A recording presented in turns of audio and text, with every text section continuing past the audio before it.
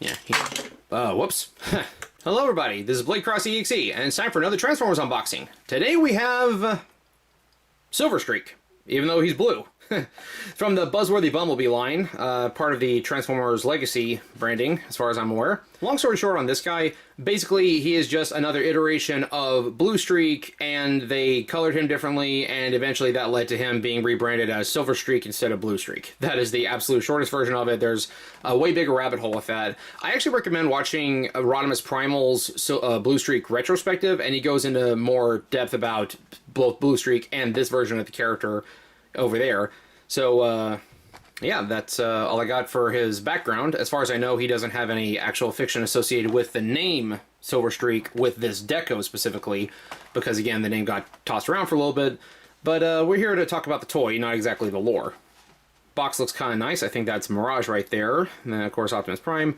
Buzzworthy Bumblebee. I'm not sure, like, what that was promoting specifically. I don't know if that's for, like, Transformers the movie, not Transformers the movie, like the Bumblebee movie or what have you, or if they just wanted to spotlight your boy here, because his very G1 aesthetic style for Bumblebee, it's not like the live action films.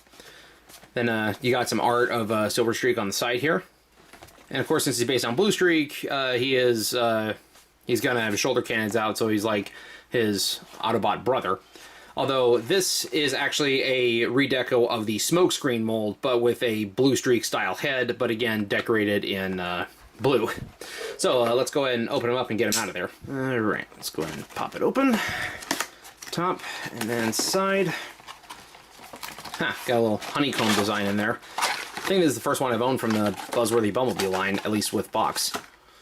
Got the instructions right there. I'll look at those in a sec. Yeah, down there you got his shoulder cannons and his blaster. And yeah, just gonna...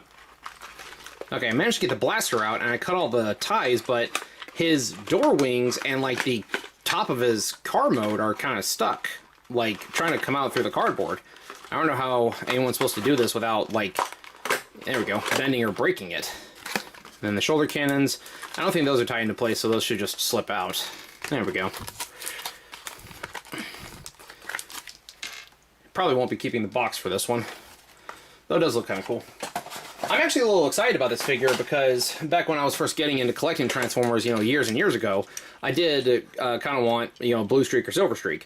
I really liked Bluestreak in the G1 pilot episode, you know, more than meets the eye, and then I was looking on eBay for like Bluestreak, Silverstreak, and he was going by both names. And then there was some that was like the Diaclone version, so he is blue, but they were calling him Silverstreak.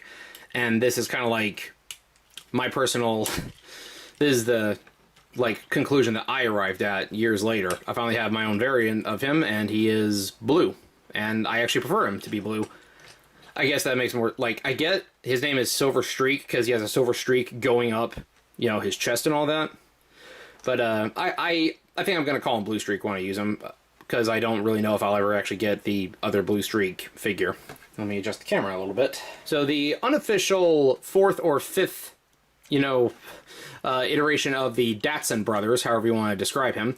I say 4th or 5th because we also have Barricade to contend with now, and Barricade shares the mold with Silverstreak and Smokescreen, but he's a Decepticon, and he was made as a movieverse character first, and then he got brought into the G1 adjacent fold.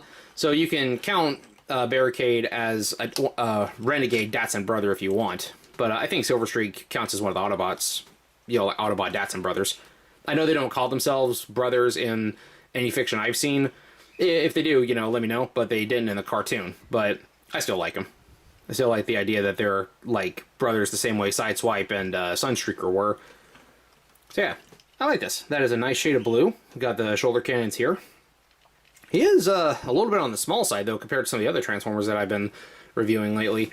I don't really know what exact size the different classes are, because that seems to be changing depending on which wave it is. Because at one time, Titan's Return Astro Train was Voyager class, if I'm not mistaken, and then Siege Astro Train, which is significantly shorter without the platform shoes you can put on them, is considered leader class, but that's probably due to the amount of plastic that went into the tender and the other accessories, and Commander class Kingdom Rodimus with that trailer, etc. So yeah, let's check out the articulation here. Ditch the blaster for a minute. That was actually kind of hard to get into his hand. It's a little stiff. You know, that's a good sign for a brand new figure. As long as it doesn't break, the stiffer the joints, the better. As long as, you know, again, it doesn't break or have detriment to the figure. Fold the wings back a little bit. So the arms can do a basic 360. Kind of clips the door wing if you're not careful. Got some wrist rotation. I can see the wrist is on a, I think that's called a mushroom peg right there. Wrist rotates around. Could potentially pop that off if you pushed hard enough. I'm not going to right now though.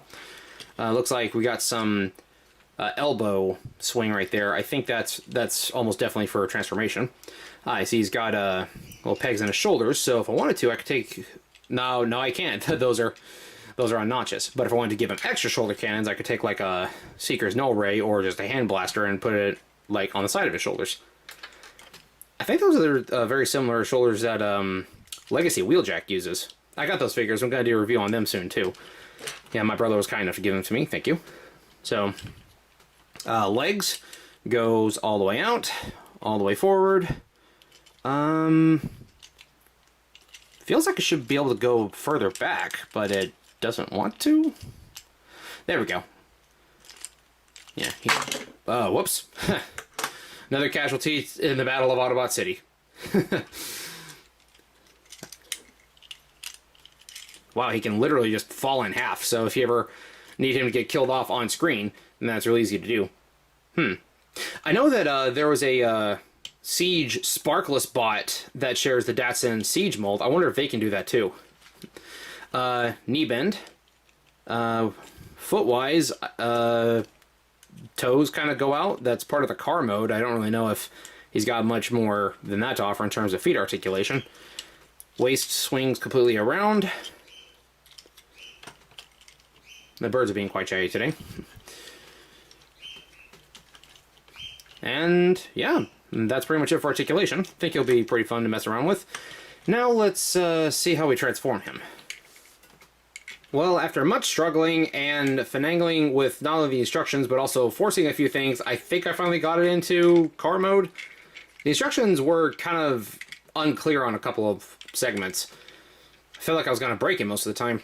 I actually don't even know if I did it completely right. I think the arms are supposed to tab into the doors because there's like a slot on the arms, but they don't exactly sit flush.